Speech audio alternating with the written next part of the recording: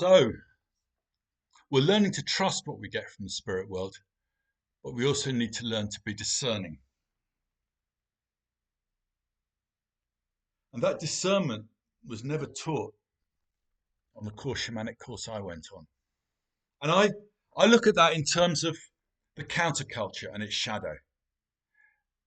Because the shamanic world is more part of the countercultural world that arose in the 60s as a protest against the rationality and materialism, the one-sided rationality and materialism of the modern world.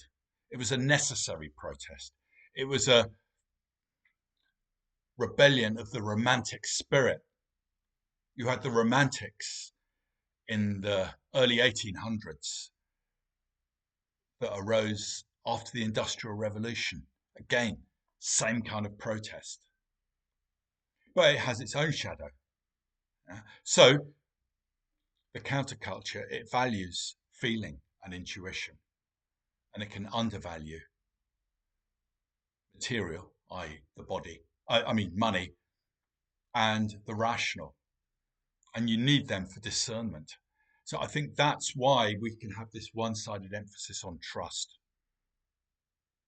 and not enough on, well, there's that old Native American saying, don't tell me about your visions unless they grow corn. It's like anyone can have a vision, but, well, maybe not everyone, but they're quite common. But do they grow corn? Are they practical? Are they real? It's all in that one. You know, it's like you've got something from spirit. Well, yeah, we can get messages from spirit. But how, like a dream, yeah? You can get told something in a dream. Is it literally true? When will it happen? What should I do? You don't know. There's this dance we need to do. And it's the same with stuff around spirit. We need to dance around it. And the test is in whether it grows corn, which is the earth element. And is there evidence for it? Yeah. Can you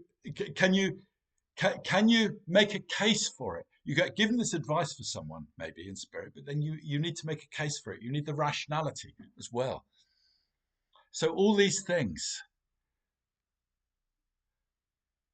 So I am talking about the shadow, in a way, of the counterculture here.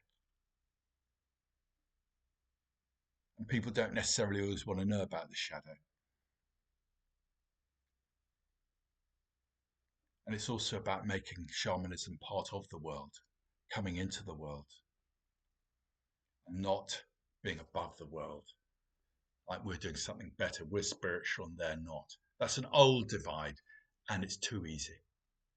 It's too self-serving.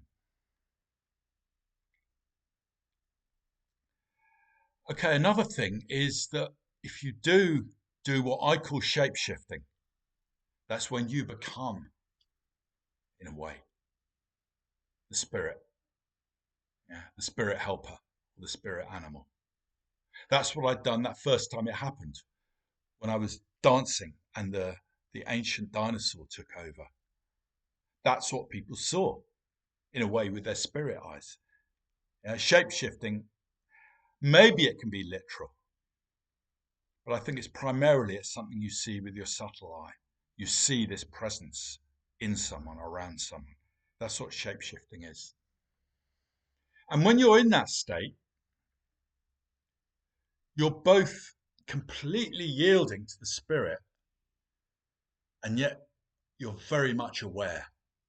Yeah? In fact, you're probably more aware, more present than ever, and yet you're not you. You're allowing the spirit to dance through you. It's not the same as possession. Possession, in a way, is one step further, and I don't really know much about that. That's when the spirits take over completely, like I said in an earlier on in this Meeting the Spirits theme. And it's usually women in these dances. There's various films of them you can find on the net. It's usually women, because women find that yielding more easy than men do. They find shamanic journeying easier than men do, generally, because they can yield to that spirit presence. Whereas men, we're the, We're the ones who have it all under control and make shit happen and all the rest of it. But it can be harder for us to just kind of let go. And of course, you need both poles. So maybe I've finished talking there. No, I haven't. Ongons. There's a book called Chosen by the Spirits by a woman called Sarangarel. I think she's half Russian, half Buryat. And she was brought up in Russia. But as an adult, she went back to her people on that side and she trained up. She had, as a shaman, she had those gifts. And she's written a book called Chosen by the Spirits. And she says, if you feel any kind of pull towards this path, you have been chosen by the spirits. Because people try and turn it into something special. Oh, I've been chosen by the spirits. And well, we all have. We've all been chosen by the spirits. Of course we have. It's what it is to be human, is to let that spirit thing live through you. Of course, there's degrees of it. But she talks about dancing the Ongon spirits. So there's that theme of dancing. And they have Ongons. And an Ongon is some item you have that is your spirit animal. It actually is it. So we're coming back to that theme of symbols again. And symbols actually being the thing. So it might be, I mean, I have a ring that in a way is my power animal and is treated in that sacred way. It has that power. So it's good to have ceremonial objects that you have with you every time. When you do this work, it's good to do it ceremonially. Maybe burn particular incenses. Maybe use a particular drumming or music if you use any sound at all. And have particular objects. And maybe call in the directions, call in the spirits, thank them. All those sorts of things. Begin by thanking the spirits for even being around and for your health, for all the things that work in your life, for the work that you've been given to do, and your gift in being able to do it. But yes, it'd be good to have these ceremonial objects as well. They carry power. They are the Ongons. Okay, another thing I wanted to talk about was when people claim the authority of spirit, and they talk from that. And I don't think that's right. I mean, I've invented this thing called chaos shamanism, and I put up a piece about it on Facebook, and someone goes, well, where did it come from? I said, I invented it, I reckon. I couldn't find it anywhere else. And he goes, oh, well, the usual method, if you bring something in new, it needs to come in from spirit. Yeah. And it's like, well, yes, but I'll let you be the judge of that. Hopefully it's spirit inspired, but I'm not going to claim that. If someone goes, oh, I'm doing it because spirit told me to, it's like, get over yourself. Yeah. One, it's you that needs to be responsible for it. Two, you're trying to claim an authority around these people, around these other people. So no, claim responsibility for yourself. I created this idea of chaos shamanism, but I don't want to press this I thing either. It's like, yeah, I kind of thought it up, but I had a good feeling for it as well. That's as far as I'll go. But I'm not going to say spirit told me or spirit suggested it. I might do with other things. I'm prepared to say that around a fantasy book that I wrote. A wolf turned up and suggested I write it. I'm not going to say told me to do it. That then gives me an authority. I'm doing what spirit told me. Yeah, I've got that kind of weight. I've got that kind of authority behind me. Don't use spirit as an authority for what you're doing. Spirit is something subtle, Spirit is something evanescent. If you try and pin it down, say Spirit said this and that, Spirit will disappear. It's like the fairy realm. It doesn't work in that authoritarian way. It feeds us, but ultimately we're responsible.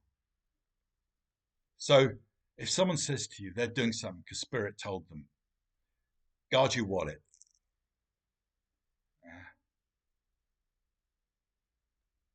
I mean, they may have had a very clear message, but what do you do with that in this world? We need humility around it to start with. Yeah. So yeah, you got a prompt. Maybe leave it at that. I got a bit of a prompt, but then we have to make something of it. We can't just take it as literal. I mean, how literally true are your dreams? Well, usually not. And same with the spirit world. Work with what you get, sit with what you get. So, coming back to that earlier theme, if someone comes to see you and you do a journey, yeah, maybe sit with what you get shown or told and don't tell them anything for a few days. Because things always change when you sit with them. Intuitions always become clearer in ways that you couldn't have imagined. So sit with this thing. Let what comes in from the fire element, from the east, give it space and time to integrate with the other elements and directions. There's no hurry. This work is slow. This work is deep. We're in such a hurry. We want results. Don't try and become a healer. Don't make it your aspiration to become a healer. You see so much of it. People on courses, they really want that certificate and they really want to be a healer. And let it come towards you. Have a life that is adequate in itself, that doesn't need you to add this extra tag on, because that is putting the cart before the horse. Yeah, ass before elbow, whatever. Muddling my metaphors. It's the wrong way round.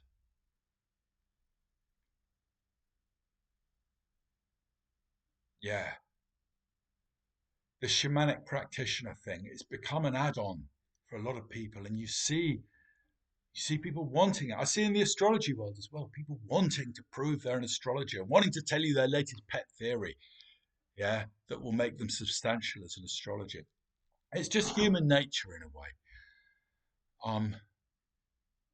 This healing work, I do very little of it, and I don't think it's because I'm crap at it.